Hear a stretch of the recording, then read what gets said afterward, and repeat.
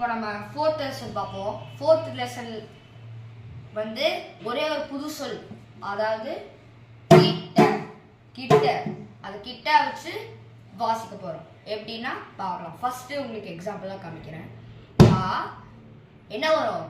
கிட்ட, இ கிட்ட, தொம் கிட்ட, நம் கிட்ட.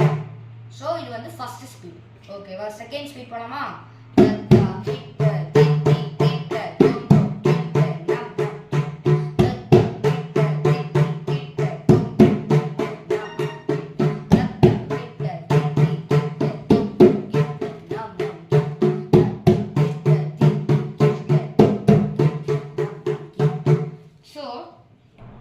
4, 5 செகண்ட் ஸ்பீடு.